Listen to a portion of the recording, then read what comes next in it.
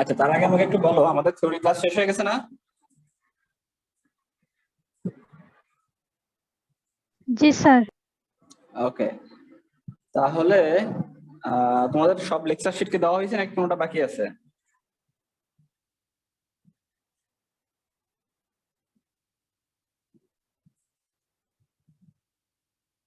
আমি যতটুকু তোমাদেরকে পড়িয়েছি, কোন লেকচার শিট কি বাকি আছে নিতে?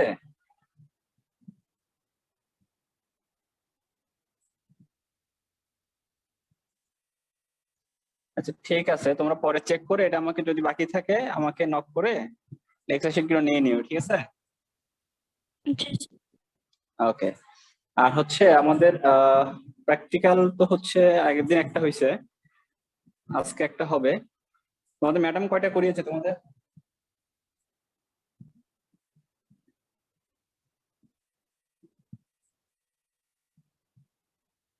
কথা বলো কেউ একটু। ম্যাডাম তোমাদের কয়টা? আচ্ছা, তোমরা কি লিখে ফেলছো এগুলা? স্যার ম্যামেরটা একটা লিখে হয়েছে। ফ্রি না থাকলে আমি কথা বলছি। হ্যাঁ, জি স্যার, আমরা লিখছি। আচ্ছা তোমরা কি এগুলো সিরিয়াল ডেট টেট এগুলো কি দিয়েছো? না স্যার, আমি জাস্ট আমার একটা অপিনিয়ন দিয়ে বলবো, তারপর তোমরা কেউ এখন সিরিয়াল আর ডেটটা বাকি রাখো, এমনি লিখে ফেলো, তবে করানো হচ্ছে লিখে, বাট সিরিয়াল নাম্বারটা ডেটটা তোমরা একটু বাকি রাখো, ঠিক আছে? তাহলে পরে আমরা একটা সিরিয়াল করে দিব আর কি। ওকে, তো ম্যাডামের সাথে আজ কথা হলো, তো ম্যাডাম বললো আর কি, যেহেতু দুইজন নিচ্ছি আমরা একটা ডেট, সবাই মানে সবাই যাতে এক ডেট হয় এই জন্য হচ্ছে সবাইকে আমরা একটা ডেট এবং হচ্ছে তোমার একটা এক্সপেরিমেন্ট নাম্বারটা সিরিয়ালে দিয়ে দেবো, তখন তোমরা শুধু সাজাই ফেলো আর কি।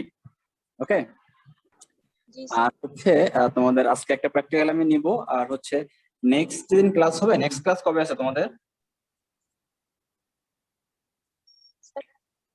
থিওরি ক্লাস কালকে আছে 11টায়। কালকে না? আচ্ছা কালকে নেবো না, তারপর দিন কোনটা আছে? তারপর বুধবার আছে না? আচ্ছা জি স্যার, বুধবার ঠিক আছে, 10টায়। বুধবার 10টায় তোমাদেরকে আমি একটা প্র্যাকটিক্যাল নেবো, ওই দিনকে নিয়ে তোমাদের শেষ করে দিব। ওকে ওকে, তাহলে আমাদের প্র্যাকটিক্যাল শেষ হয়ে যাবে আজকে। আজকেরটাও হচ্ছে তোমার আগের দিন যে প্র্যাকটিক্যালটা করিয়েছিলাম না, ওইটার সিমিলার আর কি। হ্যাঁ, আগের দিন আমরা নেক্রোপসি মেথড দেখছি না ফিশের, জি স্যার। আজকে আমরা হচ্ছে শেমটা দেখবো, শেম কিভাবে ডিসেক্ট করে কিভাবে অর্গানগুলো আলাদা করতে হয় ফার্দার অ্যানালাইসিসের জন্য, ঠিক আছে, কিভাবে প্রিজার্ভ করতে হয় সেই জিনিসটা আমরা আজকে দেখবো। এটা হচ্ছে ওইটার সাথে তোমার মোস্ট সিমিলারিটিস আর কি, ঠিক আছে? তো এটা আমরা একটা আজকে স্টাডি করব। আর এই তো আর কোনো ইস্যু বাকি আছে কিনা তোমাদের? তোমাদের অ্যাসাইনমেন্ট তো হয়ে গেছে না? অ্যাসাইনমেন্ট হয়ে গেছে, আমাদের থিওরি শেষ হয়ে গেল, আমাদের প্র্যাকটিক্যাল নেক্সট বুধবার শেষ হয়ে যাবে। দ্যাট মিন্স আমাদের হচ্ছে আমরা আরো 10-15 দিন আগে শেষ করতে পারবো আশা করি, তাই না? তারপরে যদি কেউ মনে করো তাহলে আমরা রিভিউ ক্লাস করতে পারি। হ্যাঁ, যদি কারোর কোথাও কোনো অসুবিধা থাকে তোমরা আমাকে জানাও, ঠিক আছে? যে যে টপিকসই হোক না কেন আমরা রিভিউ ক্লাস করতে পারি, ঠিক আছে? আমি যতটুকু পড়েছি আমার টপিকসের ভিতরে আর কি, ঠিক আছে? আর যদি কারোর কোথাও কোনো অসুবিধা থাকে যে কোনো বিষয় নিয়ে, তাহলে আমরা সেই সময় ডিসকাস করতে পারবো। আর তোমরা তাহলে সেইভাবে প্রিপারেশন নিয়ে ফেলো, আর প্র্যাকটিক্যাল গুলো লিখে ফেলো। তাহলে আমরা মনে হয় শুরু করি না? জি স্যার। টাইটেলটা কি তোমরা দেখছো একটু? Demonstration of necropsy method for diagnosis of disease of shrimp, ঠিক আছে? শিম পেজে ডিজিজ ডায়াগনোসিস করার জন্য যেমন যে নেক্রোপসি মেথডটা ব্যবহার করি, সেই নেক্রোপসি মেথডটা আজকে আমরা দেখবো। নেক্রোপসি মেথডের জন্য আমরা কি বলছিলাম গতদিন? Sir postmortem. পোস্টমর্টেম এক্সামিনেশন, তাই না? জি স্যার। জি sir.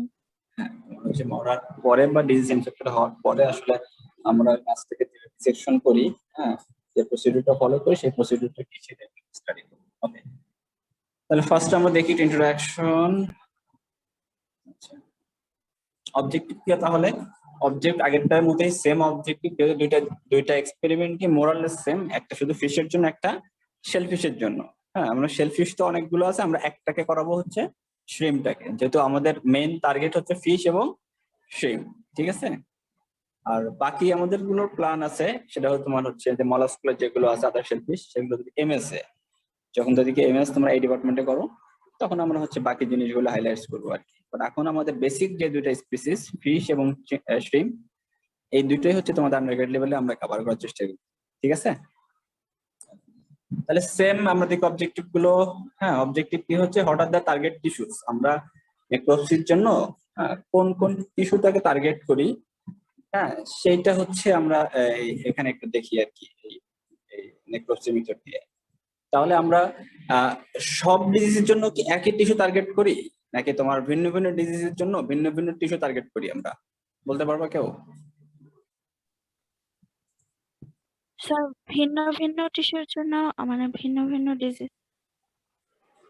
Different tissue, different different ডিজিজের জন্য আমরা ডিফারেন্ট টিস্যু বা অর্গান কালেক্ট করি, তাই না? কেন বলো তো, কেন আমরা এটা করি? আমরা তো এক জায়গা থেকে স্যাম্পল নিতে পারি। মনে করো সব ডিজিজের জন্য আমরা মাসেল নিলাম, মাসের, বা সব ডিজিজের জন্য আমরা কিডনি নিলাম, বা সব ডিজিজের জন্য আমরা ব্লাড নিলাম, হবে না?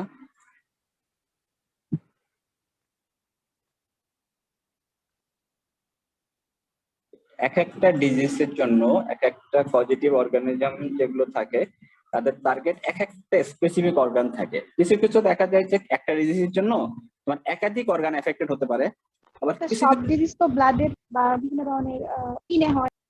হ্যাঁ, সব ডিজিজ ব্লাডে। আমি বুঝিনি, আবার একটু বলো।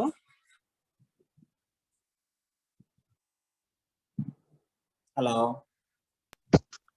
স্যার আমি বললাম যে সব জিনিস তো ব্লাডে হয় না, কিছু কিছু মাছের ত্বকে হয়, ফিনে হয়, তো শুধু ব্লাড থেকে নিলে তো ওটা হবে না, সেই জন্য। রাইট। এই জন্য যেমন আমরা এক্সাম্পল যদি বলি যে হোয়াইট-স্পট সিনড্রোম ভাইরাস, যেটা WSSB, এই ডিজিজটা যদি হয় তাহলে কোথায় মাছকে এফেক্ট করে? যেমন তোমার হচ্ছে এক্টোডার্মাল এবং মেসোডার্মাল যে টিস্যু গুলো আছে মাছের, যে এপিডার্মিস, হ্যাঁ এপিডার্মিসের যে লেয়ার আছে না, এক্টোডার্মাল, মেসোডার্মাল, হ্যাঁ এন্ডোডার্মাল, তো এই এক্টোডার্মাল এবং মেসোডার্মাল এই দুইটা লেয়ারেই হচ্ছে তোমার ইনফেক্ট করে হচ্ছে হোয়াইট স্পট ডিজিজের ক্ষেত্রে। কারণ হোয়াইট স্পট ডিজিজটা হয় কিন্তু তোমার হচ্ছে মাছের কিউটিক্যালে, শেলে, তাই না? তাহলে হচ্ছে শেলের যে লেয়ার গুলো থাকবে, হ্যাঁ এই লেয়ার গুলোতে হচ্ছে এখানে এফেক্ট করে। আবার যদি মনে করো হচ্ছে যে তোমার হচ্ছে মনোডন ব্যাকুলো ভাইরাস, এই ভাইরাসটা যদি ইনফেক্ট করে, এটা শুধুমাত্র তোমার হচ্ছে হেপাটোপ্যানক্রিয়াসে অ্যাটাক করে। কথা বুঝতে পারছো? তাহলে তাহলে হচ্ছে আরেকটা বিষয় হচ্ছে হোয়াইট স্পট ডিজিজের ক্ষেত্রে আমরা তো বললাম হচ্ছে যে মেসোডার্মাল এবং ইক্টোডার্মাল, ঠিক আছে? তারপরে তোমার গেল, পিলিওফোর্ড, হ্যাঁ এই হেমোলিফ, এগুলো জায়গায় ইনফেক্ট করতে পারে। মানে দ্যাট মিন্স হচ্ছে হোয়াইট স্পট ডিজিজের ক্ষেত্রে তোমার হচ্ছে ফুল বডিতে স্পট আসতে পারে। হ্যাঁ, তাহলে ডিফারেন্ট অর্গান, বাট সবগুলোই কিন্তু হচ্ছে এক্সটার্নাল, ঠিক আছে? আবার দেখা যাচ্ছে যে ভাইরাল যে ডিজিজ গুলো সেগুলো কিন্তু ব্লাডের মাধ্যমে স্প্রেড করে, তাই না? হ্যাঁ, জি স্যার। তাহলে দেখা যাচ্ছে ব্লাডটাও হচ্ছে, ব্লাডেও আমরা হোয়াইট স্পট ডিজিজ, আপনি সহজ কথা যদি আমরা বলি যে ভাইরাল যে ডিজিজ গুলো হয় সেগুলোর মধ্যে হচ্ছে কিছু কিছু ডিজিজ আছে, যেমন মনোডন ব্যাকুলো ভাইরাস, এটা শুধুমাত্র তোমার হচ্ছে হেপাটোপ্যানক্রিয়াসে অ্যাটাক করে শুধুমাত্র। তাহলে আমরা যদি এটা জানি যে তাহলে আমরা মনোডন ব্যাকুলো ভাইরাস ডিটেক্ট করতে সুবিধা হবে না আমাদের, আমরা শুধুমাত্র হেপাটোপ্যানক্রিয়াস থেকে স্যাম্পল নেবো। এই জন্য আমাদের ব্লাড থেকে নেওয়ার দরকার নেই, এই জন্য আমাদের ক্যারাপাস থেকে নেওয়ার দরকার নেই, এই জন্য আমাদের টেইল থেকে নেওয়ার দরকার নেই। আর যদি আমাদের হোয়াইট স্পট ডিজিজ টার্গেট থাকে তখন আমাদের কিন্তু বিভিন্ন জায়গা থেকে নিতে হবে। হ্যাঁ, তোমার হচ্ছে এপিডার্মিস লেয়ার থেকে নিতে পারি, পিলিওপোড থেকে নিতে পারি, হ্যাঁ লিম্ফোয়েড অর্গান থেকে নিতে পারি। দ্যাট মিন্স আমাদের মেন কথা হচ্ছে এক একটা স্পেসিফিক প্যাথোজেন বা এক একটা ডিজিজ এক একটা স্পেসিফিক অর্গানে অ্যাটাক করে। তাহলে আমাদের হিস্টোপ্যাথোলজির জন্য ওই জায়গা থেকে টিস্যুটা কালেক্ট করতে হবে। দ্যাট মিন্স আমাদের টার্গেট অর্গান বিভিন্ন সময় ডিফারেন্ট টাইপস, ঠিক আছে? তাহলে অর্গান দেখলাম, তারপর হচ্ছে how to necropsy and collect sample. এটা দিয়ে আমরা সেকেন্ড অবজেক্ট কি, আমরা কিভাবে হচ্ছে নেক্রোপসিটা করতে পারবো, দ্যাট মিন্স সেই একটা পোস্টমর্টেম এর এক্সামিনেশনটা কিভাবে করব এবং সেখান থেকে স্যাম্পলটা কিভাবে কালেক্ট করব সেটাও হচ্ছে আমরা এটা দিয়ে জানতে পারবো স্টাডি দিয়ে। How to preserve tissue for histology, এখানে হচ্ছে আমরা আগেই বলছি দুইটা কারণে আমি হিস্টোলজি টিস্যু প্রিজার্ভ করে, একটা হিস্টোপ্যাথোলজির জন্য এই মেথড একটু আলাদা, আর একটা হচ্ছে আদার্স অ্যানালাইসিসের জন্য, ঠিক আছে? যেমন মলিকুলার টাইপের, যেমন হচ্ছে তোমার ডিএনএ অ্যানালাইসিস করা, জিন ফ্রিকোয়েন্সি দেখা, প্যাথোজেন দেখা, হ্যাঁ প্যাথোজেনের ডিএনএ দেখা, এইগুলো আলাদা, মানে আমরা পিসিআর বেস যে ডিটেকশন গুলো করি ডিএনএ বেস। তাহলে এখানে হচ্ছে একটা ভাবে প্রিজার্ভ করতে পারবো হচ্ছে তোমার হিস্টোপ্যাথোলজির জন্য, আর একটা প্রিজার্ভ করতে পারবো হচ্ছে আমরা পিসিআর বা আদার অ্যানালাইসিসের জন্য, ঠিক আছে? আর কোনো কোশ্চেন আছে?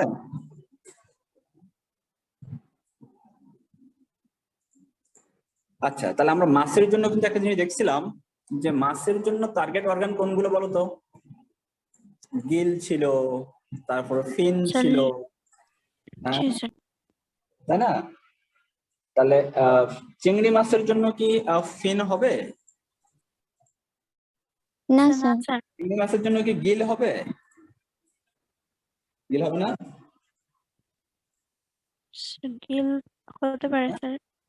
আচ্ছা, আমাকে এখন বলো যে গিল হবে এই পক্ষে কারা আর গিল হবে না এই পক্ষে কারা? হ্যাঁ হ্যাঁ, আমি তো সেটাই বলছি। তাহলে গিল, চিংড়ির গিল থাকে না এই পক্ষে কতজন আছে? হ্যাঁ জি স্যার চিংড়ির গিল থাকে না। জি থাকে স্যার, না। থাকে না স্যার। থাকে না স্যার। জি স্যার, থাকে না চিংড়িতে গিয়ে। আচ্ছা, থাকে এমন কেউ আছে? হ্যাঁ না সেটা তো আত্মপোড়া পরের প্রাণী, তো বিল থাকা তো নাই, বিল থাকবেই না, তো এটা আত্মপোড়া পরের প্রাণী। ওকে, তাহলে তো এখানে স্লাইডে আমার মনে হয় একমাত্র আমি ভুল করছি এখানে গিলস দিয়ে, তাই না? হ্যাঁ সবাই স্যার তাহলে এটা তো শ্রিম্পের জন্য তো বলা হয়নি স্যার স্লাইডে। এটা তো শ্রিম্পের জন্য করছি আমরা, আমি তো বলেই দিছি এটা স্পেসিফিক হচ্ছে শ্রিম্পের জন্য। আমরা শুধুমাত্র শ্রিম্প ডিসেকশনটা আজকে শিখবো। সো আজকের কন্টেন্ট পুরোটাই related to Gill, sorry shrimp, ঠিক আছে? যদি জি সেটা স্যার। হয়ে থাকে তাহলে এখানে যে গিল আছে তোমাদের কথা অনুযায়ী হচ্ছে আমি রং, রাইট? স্যার আপনি ভুল লিখছেন, চিংড়ির গিল থাকে না, এই স্লাইডটা ভুল আছে, এটাই তো? হ্যাঁ কথা বলে না কেন? কনফিডেন্টলি বলো, ভুল স্যার বললে ওটা শুধু মনে হয় স্যার গিল আছে হয়তো, সেটা প্রমিনেন্ট না। লিখেছেন স্যার। বুঝি নাই।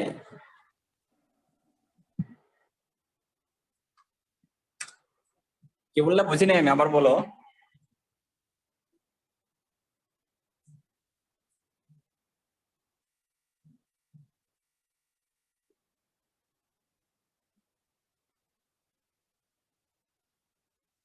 হ্যাঁ, যাতে আমরা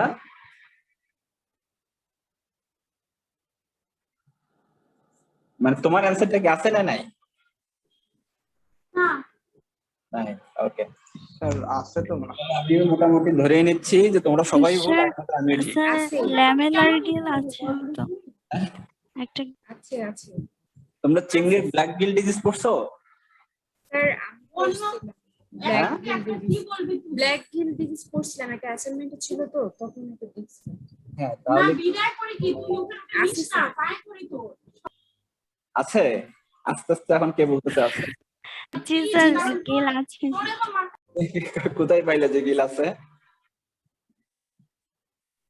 স্যার ব্ল্যাক গিল ডিজিজ নামে তো একটা ডিজিজ স্যার একটা বইতে স্যার এখানে পড়ছিলাম স্যার প্লেট লাইকের গিল থাকে চিংড়ি এই শ্রিম্পে। এই সবাই এই ক্লাসের পরে সার্চ দিবা যে চিংড়িতে গিল আছে কি নাই, ঠিক আছে সবাই? কারণ এই ধরনের কোশ্চেন যদি তোমরা হচ্ছে বলো, তাহলে যদি আমি ভুল বলি তাহলে আমি ভুল, যদি তোমরা ভুল বলো তাহলে তোমরা ভুল, বাট যেই ভুল বলি না কেন আমরা, ঠিক আছে, এটা কিন্তু একটা প্রেস্টিজিয়াস ইস্যু। যদি আমি ভুল হয়েছে তাহলে আমাকে নেক্সট ক্লাসে কারেকশন করে দিবা, স্যার আপনি ভুল বলছেন, চিংড়ি মাছে কোনো গিল থাকে না। আর যদি তোমরা ভুল বলে থাকো তাহলে আজকে থেকে তোমরা শিখে নিবা যে না, চিংড়ি মাছে গিল থাকে, ঠিক আছে?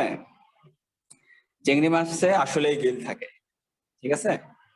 এই কনফিউশন, আমরা চিংড়ি মাছের গিলটা যেমন এক্সটার্নাল বাইরে থেকে দেখতে পাই, চিংড়ির গিলটা হচ্ছে ইন্টারনাল, যেটা হচ্ছে তোমার ক্যারাপেজের ভিতরে থাকে, এই জন্য আমরা দেখতে পাই না। আসলে চিংড়ির গিল থাকে, ঠিক আছে? এবং চিংড়ির সব অর্গান গুলোই মাথাতে থাকে, যার ফলে আইসোলেট করা বা ডিটেক্ট করা কঠিন হয়ে যায়। বাট একমাত্র চিংড়ির গিলই হচ্ছে রেসপিরেটরি অর্গান। ক্লিয়ার? হ্যাঁ ঠিক আছে, তাহলে সবাই কিন্তু তারপরেও এটা সবাই কিন্তু এটা সার্চ দিয়ে দেখবা, ঠিক আছে? আমি ভুল হলে নেক্সট ক্লাসে আমাকে ধরাই দিবা যে স্যার আপনি ভুল বলছেন, হ্যাঁ এটা আসলে চিংড়ি মাছে কোনো গিল থাকে না। ওকে, তাহলে আমরা দেখি আর কি কি জিনিস আমরা চিংড়ির ক্ষেত্রে নিতে পারি। যেমন চিংড়ির যদি ব্লাড থাকে, মাছের ক্ষেত্রে আমরা ব্লাড স্যাম্পল নিতে পারি, চিংড়ি থেকে ব্লাড থাকে, আগের দিন এটা নিয়ে অনেক ডিসকাশন হয়েছিল। স্যার হিমোলিম্ফ থাকে। হেমোলিম্ফ থাকে, তাহলে চিংড়ির ক্ষেত্রে আমরা হেমোলিম্ফ নিব, বা এই যে হেমোসাইট আছে এখানে, ঠিক আছে। তারপর হচ্ছে হাইপোডার্মিস। হাইপোডার্মিসটা কি?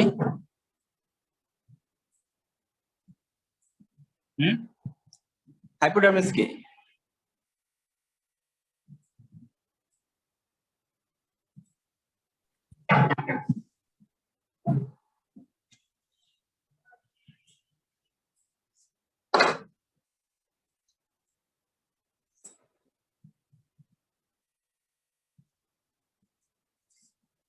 হ্যাঁ, হাইপোডার্মিসটা তাহলে কি?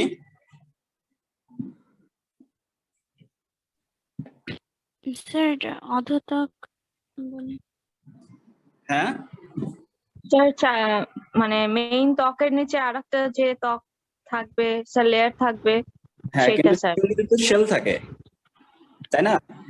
আমরা জি হচ্ছে স্যার। হাইপোডার্মিস, মেসোডার্মিস এগুলো তো হচ্ছে স্কিনের লেয়ার বুঝি, তাই না? তাহলে চিংড়িতে তো শেল জি থাকে, স্যার। শেল থাকে। তাহলে সেই ক্ষেত্রে হাইপোডার্মিস কি আছে চিংড়িতে, নাকি এটাও ভুল, গিলের মতো?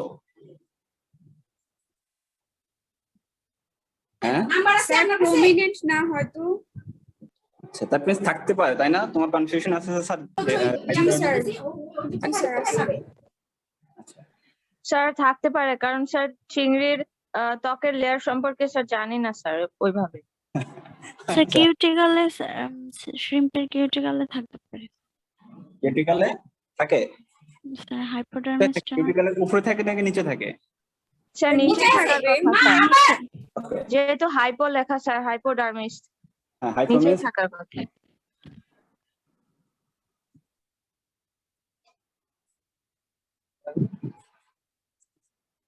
ঠিক আছে। আচ্ছা, তাহলে চিংড়ির হচ্ছে কিউটিকলের নিচে একটা স্তর থাকে, একটা লেয়ার থাকে, চামড়ার মতো দেখতে অনেকটা। যখন চিংড়ি খাও তখন এটা দেখবা, বা যখন চিংড়িকে সিলে ফেলো বাসায়, তখন দেখবা যে শেলের নিচে একটা লেয়ার থাকে, যেটাকে তোমার হচ্ছে হাইপোডার্মিস বলে। ঠিক আছে, তাহলে এই জিনিসটা আমরা অনেক সময় স্যাম্পলিং এর জন্য নেই, স্পেসিফিক ডিজিজের জন্য এই হাইপোডার্মিস লেয়ারটাও নেই। তারপরে হেমোসাইটস নেই, হেপাটোপ্যানক্রিয়াস নেই, এগুলো সম্পর্কে আমরা জানি। পিলিওপোড নেই, ঠিক আছে, তার পেরিওপোড নেই, তারপরে গার্ড নেই, তারপরে লিম্ফয়েড যে অর্গান গুলো আছে সেগুলো নেই, মাসেল নেই, স্টেলসন নেই, বা টেইল নিতে পারি। ঠিক আছে, তো এই জিনিসগুলো কিন্তু হচ্ছে আমরা চিংড়ির ক্ষেত্রে নেই। যেমন মাছের ক্ষেত্রে তো সুইমারেটাস থাকে না, পিলিওপোড থাকে না, চিংড়ির ক্ষেত্রে সেগুলো থাকে, সেগুলো আমরা নেই।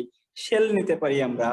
ঠিক আছে, তাহলে এইখানে হচ্ছে, এখানে এই জিনিসটা খেয়াল, এটা কিন্তু পরীক্ষা আসতে পারে যে ফিশের জন্য টার্গেট অর্গান কোনগুলো, শ্রিম্পের জন্য বা শেল ফিশের জন্য টার্গেট অর্গান কোনগুলো। ঠিক আছে, ওকে, তাহলে আগাইলাম। বহুত কনফিউশনে ফেলাই দিলাম তোমাদের আজকে, তাই না? স্যার কনফিউশনের মতো কি কনফিউজিং কথাবার্তা বলে এক একটা, তাই না? হ্যাঁ, তোমরা কনফিউজড হয়ে যাও নাকি আমি কনফিউজ করে দেই, কোনটা? স্যার আমরাই হয়ে যাই স্যার। আমাদের স্যার কনফিউশন আরো দূর হয় স্যার আপনার কথার মধ্যে। স্যার আমরা আসলে অনেক কিছু জানি না স্যার, মানে আপনার প্রশ্নের মাধ্যমে স্যার আমরা জানতে পারি। আচ্ছা, তাহলে কনফিউশন মাঝে মাঝে তৈরি হওয়া ভালো, তাই না? জি স্যার। স্যার আচ্ছা, এখন আমরা দেখি হাইপোডার্মিসটা আসলে দেখি একটু। বলছে দেখো, in the pre-molting stage, before taking off exoskeleton, inside the exoskeleton there are grows a thin skin which is known as hypodermis. ওই যে বললাম, এটা হচ্ছে সব থেকে ভালো দেখা যাবে হচ্ছে যখন মাছের মল্টিং করে না, মল্টিং করার পরে তো দেখো নিচে একটা ছবি দেখা যাচ্ছে, শেলটা হচ্ছে সে ফেলে দেয়, ফেলে দেওয়ার পরে হচ্ছে ওর বডিতে ওই যে একটা লেয়ার থাকে, পুরো বডিটা আবরণ থাকে বডিতে, ওইটাই হচ্ছে তোমার হাইপোডার্মিস লেয়ার। ঠিক আছে, এবং ওই লেয়ারটা আস্তে আস্তে হচ্ছে তোমার ডেভেলপ করে, তোমার এক্সোস্কেলেটন থেকে ক্যালসিয়াম, তারপর হচ্ছে আদার মিনারেলস নিয়ে আস্তে আস্তে ওটা ভিজিবল হয়, এবং এইটাই ফাইনালি তোমার একসময় শেলে পরিণত হয়। ঠিক আছে, আবার যখন প্রপার শেল হয় তখন হচ্ছে ওর তলায় আবার একটা হচ্ছে লেয়ার গ্রো করে, আবার মল্টিং এর আগে।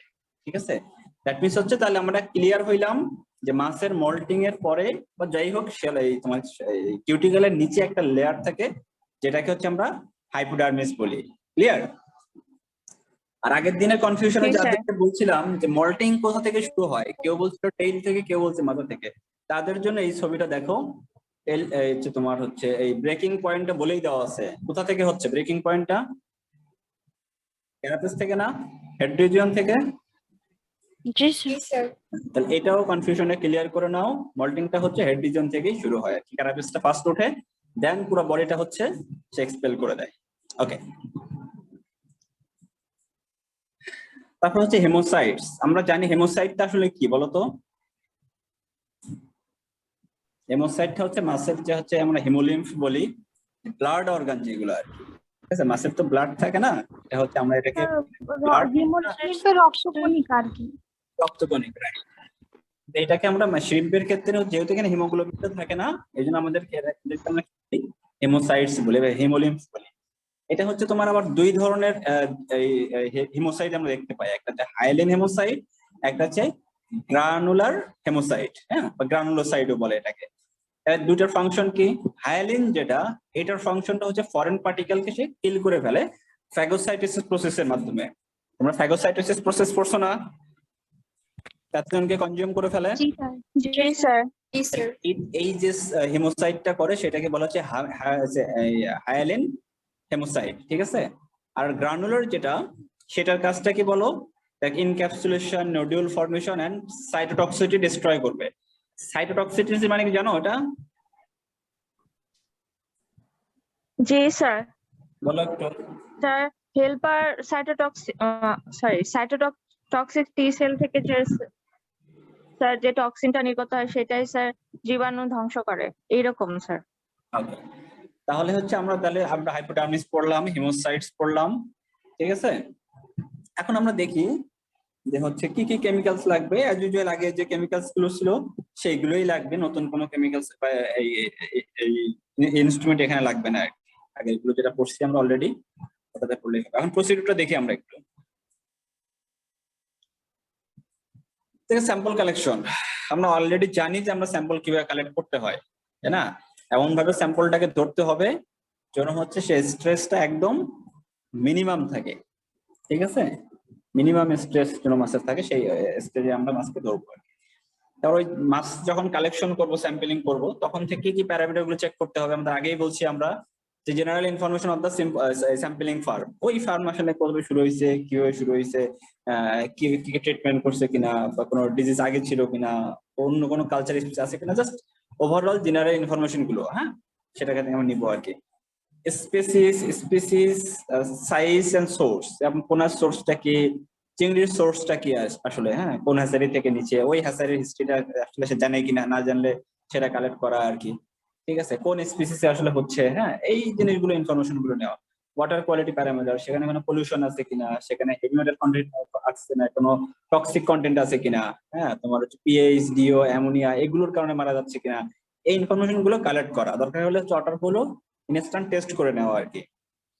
ডিজিজ হিস্টোরি, ডিজিজ সম্পর্কে জানা, ঠিক আছে? এটা কি শুধুমাত্র এই প্রতি বছর এই সময়ে হয় নাকি অন্য সময় হয়, শুধু এই মাসেই হয় নাকি অন্য মাসে হয়, ঠিক আছে? হইলে ডিজিজের কি কি সাইন হয়, সিমটম হয়, হ্যাঁ, এইগুলো দেখা।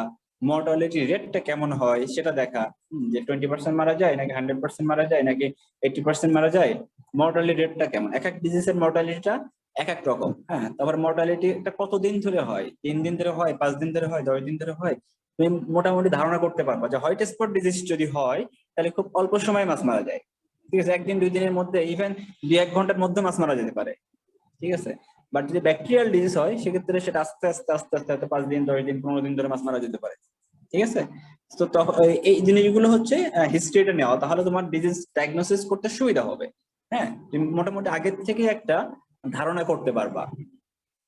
তুমি মনে করো সবসময় একটা জিনিস মাথায় রাখবা যে ডিজিজ যখন শুরু হয়, ওই স্যাম্পল তুমি এনে ল্যাবরেটরিতে টেস্ট করে ওই ট্রিটমেন্ট অ্যাপ্লাই করার মধ্যেই তোমার ঘেরের মাছ মারা যেতে পারে। সো তোমাকে ফার্স্ট একটা প্রিলিমিনারি একটা ট্রিটমেন্ট তোমাকে ওখানে করতে হবে, হ্যাঁ।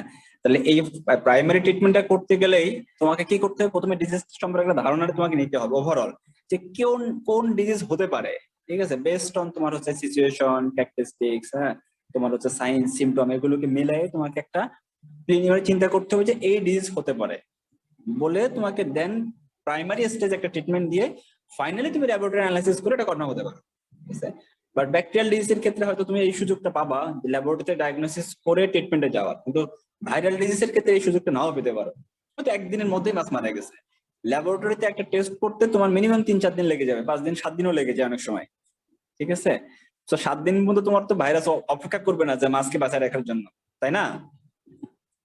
এই জন্য হচ্ছে আমরা সবসময় বলি যে স্যাম্পলিং এর সময় যে জায়গা থেকে স্যাম্পলটা নিচ্ছ ওই জায়গার ডিজিজ হিস্ট্রিটা, টোটাল ফার্মের হিস্ট্রিটা, ডিটেলস নোট ডাউন করা আর কি। ওকে, জি স্যার। তাহলে দেখি এবার হচ্ছে আমরা এক্সটার্নাল কিছু সাইন সিম্পটম গুলো দেখি। আমরা দুই ভাবে দেখি না সাইন এবং সিম্পটম, একটা এক্সটার্নাল দেখি, একটা ইন্টারনাল দেখি। এক্সটার্নাল যেটা দেখি, হ্যাঁ, এটা হচ্ছে একদম মাছকে প্রথমে ধরেই ডিসেকশনে যাওয়ার আগে, নেক্রোপসি মেথডে যাওয়ার আগেই আমরা আরেকটা অবজারভেশন করি, সেটা এক্সটার্নাল কি কি চেঞ্জ তার আছে, তার গিলটা ভালো আছে কিনা, তার টেইলটা ঠিক আছে কিনা, তার বডিতে কোনো হোয়াইট স্পনের সাইন সিম্পটম আছে কিনা, ঠিক আছে, এগুলো আমরা ওটা দেখি। তাহলে দেখি আমরা হচ্ছে এখানে যে ওয়েটটা ফার্স্ট আমরা যেই স্যাম্পলই নিব না কেন সেটার ওয়েটটা এবং লেন্থটা নিব আমরা ফার্স্ট, লেন্থ এবং ওয়েট। ওকে, আর লেন্থ ওয়েটের একটা রিলেশন আছে। অনেক সময় দেখা যাচ্ছে নিউট্রিশনাল ডিজিজের কারণেও তোমার হচ্ছে মাছ মারা যেতে পারে, মাছের গ্রোথ কম হতে পারে, ঠিক আছে। তো সেই ক্ষেত্রে তোমার হচ্ছে লেন্থ ওয়েট রিলেশনটা অনেক ইম্পর্টেন্ট। এটা দিয়েই অনেক কিছু বোঝা যায় যে মাছ দেখা যাচ্ছে গোল হয়ে গেছে, লম্বা হয় নাই, মোটা হয়ে গেছে অনেক, ডিজায়ার্ড লেন্থ অনুযায়ী ও লম্বা হয় না ওয়েট অনুযায়ী, ঠিক আছে। আবার মনে করো অনেক লম্বা হয়েছে কিন্তু বডিতে হচ্ছে ওর হেলদি না, ঠিক আছে, যে পরিমাণ আসলে মোটা হওয়ার কথা ছিল সেটা। এনিওয়ে, তাহলে আমরা লেন্থ এবং ওয়েটটা দেখবো। তারপরে তোমার হচ্ছে যে সুইমিটার্স গুলো দেখবো, মাছের যে সুইমিং যে লেগ গুলো আছে, হ্যাঁ, সেইগুলো আমরা অবজার্ভ করব। তার ওয়াকিং লেগ গুলো অবজার্ভ করব, তার যে চিলেপোর্ট সেগুলো অবজার্ভ করব, তার যে ম্যাকজিলেপোর্ট সেটা অবজার্ভ করব, তার অ্যান্টিনা গুলো আছে নাকি খসে পড়ে গেছে। হ্যাঁ, অনেক সময় ব্ল্যাক স্পট ডিজিজ হইলে অ্যান্টিনার মাথায় মাথায় গিয়ে ব্ল্যাক স্পট হয়, ঠিক আছে, এবং ওই যেখানে ব্ল্যাক স্পট হয় ওই জায়গাটা হচ্ছে তোমার অ্যান্টিনা খসে পড়ে যায়, এগুলো দেখবো। তারপর টেলসন যেটা আছে, হ্যাঁ, টেলসনটা দেখবো, এখানে কোনো সাইন সিমটম, কত লেশন, কোনো কিছু আছে কিনা, ঠিক আছে, কোনো কি বলে এটাকে মেলানোসিস্টিস এই জাতীয় কোনো কিছু আছে কিনা সেটা দেখবো, ঠিক আছে। ম্যাক্সিবল আই, দ্যাট মিন্স মাছের বাইরের এক্সটার্নাল যে অর্গান গুলো আছে সবগুলো অর্গানই হচ্ছে আমরা চেক করবো আর কি, ঠিক আছে। এবং চেক করার পরে যদি আমাদের স্যাম্পলিং করার দরকার হয়, আমরা জানি যে স্যাম্পলিং আমাদের দুই ধরনের হয়, একটা হচ্ছে লিথাল স্যাম্পলিং, একটা হচ্ছে নন লিথাল স্যাম্পলিং, তাই না? নন লিথাল স্যাম্পলিং এ হচ্ছে আমরা এমন অর্গান গুলো নেব যেটা নিলে মাছটা মারা যাবে না, আর লিথাল স্যাম্পলিং নিলে মাছটা মারা যাবে, তাই না? মনে করো মাছের কিডনি যদি আমি নিতে চাই, গিল, তারপর হচ্ছে গিল যদি নিতে চাই, এখন তোমার ফ্রেশ ওয়াটার ফিশ, সরি ফিশের ক্ষেত্রে যদি গিল নিতে চাই তাহলে কিছু মাছ মারা যাবে? ওর একটা গিল ফ্লামেন্ট যদি আমি ছিঁড়ে নেই, না স্যার। কিন্তু চিংড়ির স্যার। ক্ষেত্রে গিল নিলে কি মারা যাবে মাছ? স্যার মারা যেতে পারে যেহেতু ভেতরে মারা থাকে। যেতে পারবে না, মারা যাবে, কারণ হচ্ছে তোমার চিংড়ির সেল ইন্টারনাল, ওকে ক্যারাপেসটাকে উঠাইতে হবে, ক্যারাপেস উঠানোর পরে তোমাকে গিল নিতে হবে। শ্রিম্পের গিলটা হচ্ছে ইন্টারনাল অর্গান, ঠিক আছে। সো ইন্টারনাল যে কোনো অর্গান নিতে গেলেও মারা যাবে, ক্লিয়ার? তাহলে জি হচ্ছে স্যার। আমরা যেমন এই যে Yes. সুইমিং লেগ, হ্যাঁ, তারপরে যে তোমার হচ্ছে টেলসনে মনে করো হচ্ছে ইউরোপোড, হ্যাঁ, বা এই জাতীয় অর্গান গুলো যে সুইমিং লেগ, সুইমিটার্স, হ্যাঁ, এই ধরনের চিলেট লেগ, এই ধরনের অর্গান গুলো যদি আমরা স্যাম্পলিং এর জন্য নেই এটা হচ্ছে নন লিথাল হবে। বাট যদি মাছের গিল, চিংড়ির গিল নেই, এটা কিন্তু কুইজ আসতে পারে যে চিংড়ির হচ্ছে গিল লিথাল স্যাম্পলিং হবে নাকি নন লিথাল স্যাম্পলিং হবে, ফিশারটা লিথাল হবে নাকি নন, এগুলো কিন্তু ছোট ছোট কুইজ আসতে পারে কিন্তু। স্যার টেলসনটা কি স্যার? টেলসন, জি স্যার। টেলসনটা হচ্ছে মাছের, চিংড়ি মাছ দেখছো না, চিংড়ি মাছের টেইল দেখছো না? জি স্যার। আচ্ছা, মাছের নরমাল ফিশের টেইল কয়টা থাকে? স্যার একটা। একটা টেইল থাকে, একটা টেইলেই হচ্ছে তোমার শেষ হয়ে যায়, কিন্তু চিংড়ির ক্ষেত্রে টেইলটাকে দুই ভাগে ভাগ করা হয়, একটা হচ্ছে টেলসন, একটা হচ্ছে ইউরোপোড। টেলসন হচ্ছে উপরের যে শক্তই একটা লেয়ার থাকে যেটা বাড়িতে দেখবে যে রান্না করার সময় কেটে বাদ দিয়ে দাও তোমরা, নিচে হচ্ছে ফ্যানের মতো পাতার মতো দুটো অংশ থাকে যেটাকে বলি হচ্ছে আমরা ইউরোপোড। এখানে যে হলুদ যে কালার দেখা যাচ্ছে, দেখতে পাচ্ছ না হলুদ কালার, জি স্যার। এটা হচ্ছে হার্ড, শক্ত এবং অনেক সুচালো শেষের দিকে, এইটাকে বলে হচ্ছে টেলসন। আর টেলসনের নিচে যে পাতার মতো দুটো দেখা যাচ্ছে এটা হচ্ছে ইউরোপোডস। জি স্যার, বুঝছি, থ্যাংক ইউ স্যার। ওকে, তাহলে হচ্ছে আমরা এই জিনিসগুলো হচ্ছে আমরা স্যাম্পলিং এর জন্য নিতে পারি এক্সটার্নাল অবজারভেশনের জন্য, মানে এক্সটার্নাল পার্ট থেকে, বডি পার্ট থেকে মাছের। আগাবো? জি স্যার। এখন দেখি আমরা নেক্রোপসি প্রসিডিউরটা দেই। নেক্রোপসি হচ্ছে আমাদের পোস্টমর্টেম এক্সামিনেশন, তাই না? তাহলে ফার্স্ট হচ্ছে তোমার put on safety goggles and gloves, এগুলো তোমার সেফটি যে মেজার আছে তোমার হচ্ছে গ্লোভস পরা, তোমার সেফটি গুগলস পরা, তোমার অ্যাপ্রন পরা, ঠিক আছে? এই জিনিসগুলো তোমাকে হচ্ছে আগে করে নিতে হবে সেফটি মেজারের জন্য। তারপরে মেজার্ড হচ্ছে length and weight of fish. আমরা আগেই বলছি যে জিনিসই আমরা ডিসেকশন করি না কেন আগেই ওর লেন্থ এবং ওয়েটটা নিতে হবে। আচ্ছা, the place the specimen in the dissecting tray back side up. Back side up system মানে কেমন বলো তো মাছটা?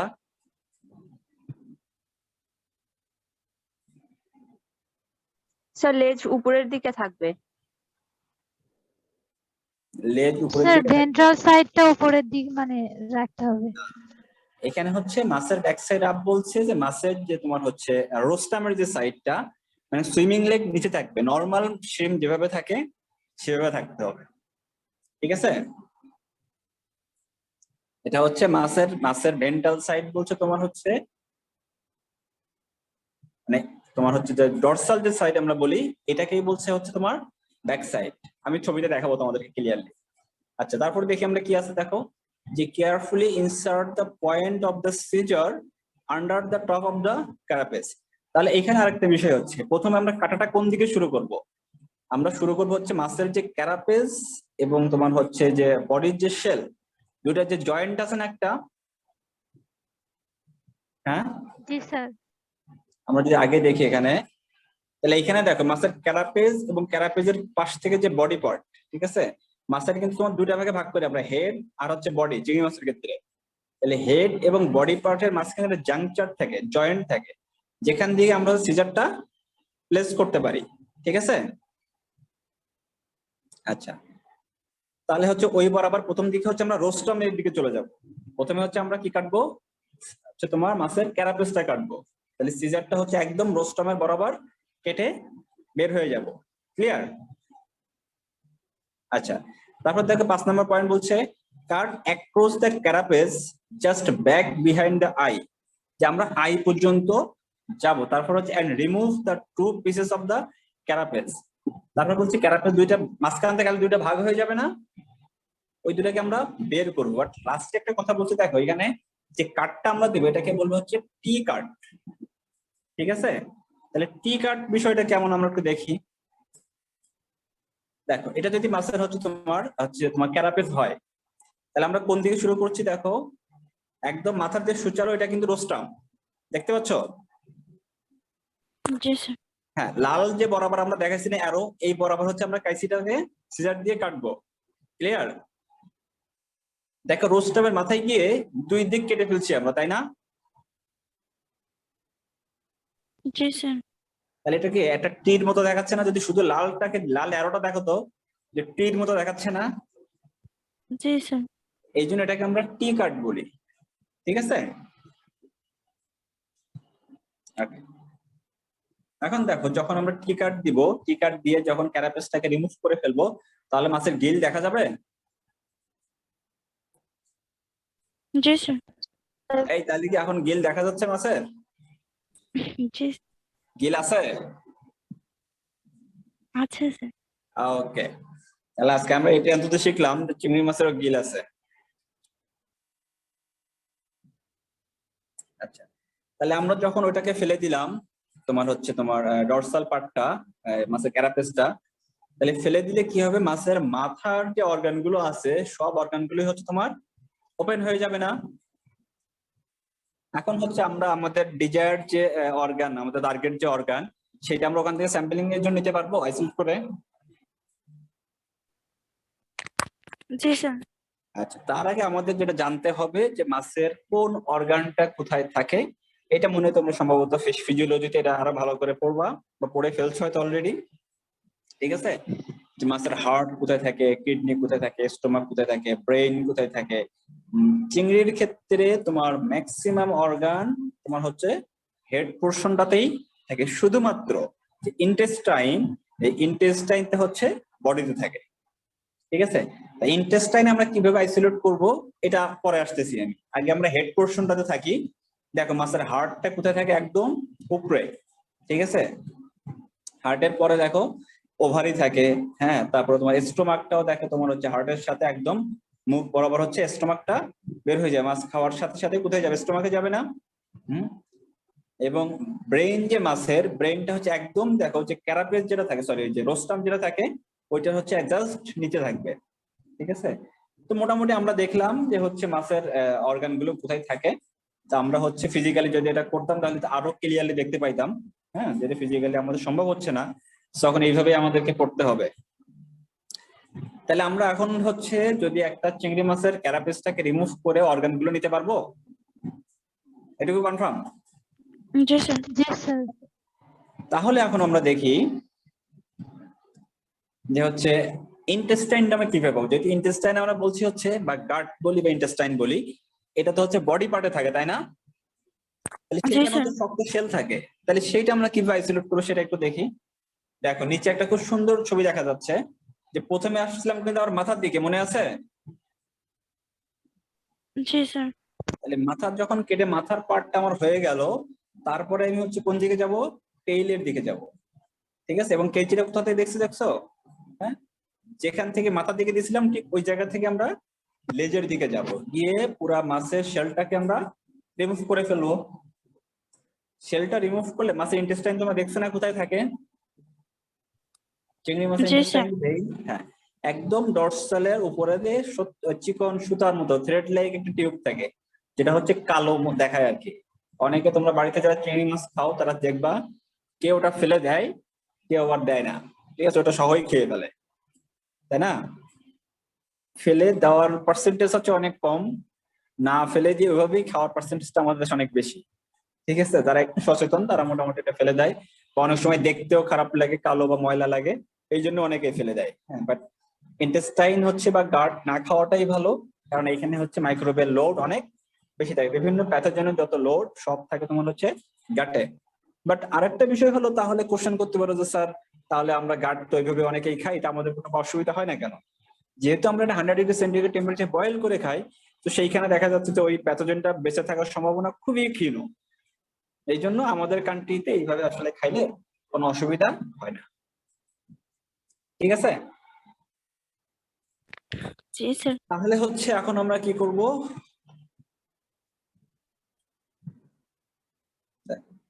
তাহলে আমাদের মোটামুটি আমরা সব অর্গান গুলো আইসোলেট করলাম।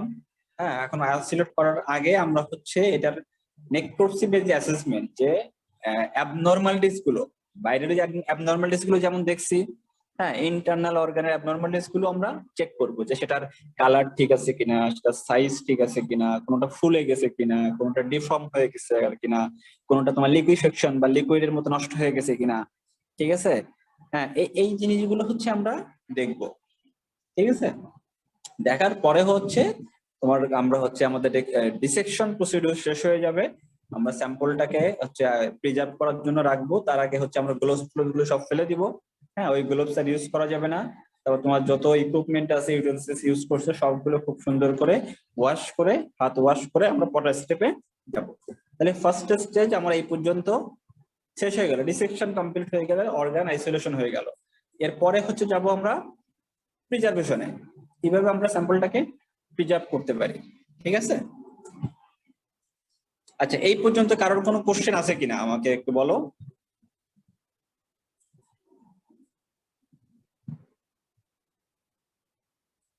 আচ্ছা, এই পর্যন্ত কারোর কোনো কোশ্চেন আছে স্যার কি? সাইটোটক্সিনটা আরেকবার একটু বলেন স্যার। আচ্ছা, সাইটোটক্সিন, সাইটোটক্সিন ছাড়া আর কারোর কোনো কোশ্চেন আছে? স্যার আইসোলেশনটা একটু বলেন। আইসোলেশন, সাইটোটক্সিন আইসোলেশন, আইসোলেশনে কি পুরো প্রসিডিউরটা আবার বলতে হবে? না স্যার, লাস্টের দিকের কথা বলুন। লাস্টের কথাটা খুবই সিম্পল কথা, সেটা হচ্ছে তোমার আমরা যখন একটা কাজ করব, কাজ করার পরে যখন কাজটা শেষ হয়ে যায় আমাদের ফর্মাল প্রসিডিউর কি, জিনিসগুলো খুব সুন্দর করে ওয়াশ করে ফেলা, তারপর হচ্ছে ক্লিন করে ফেলা, হাত ওয়াশ করে ফেলা, তাই না? জি স্যার। হ্যাঁ, আর তার আগে যেটা করব সেটা হচ্ছে তোমার যে তোমার আইসোলেশন, তাই না? আচ্ছা, শুনতে পাচ্ছ? জি স্যার।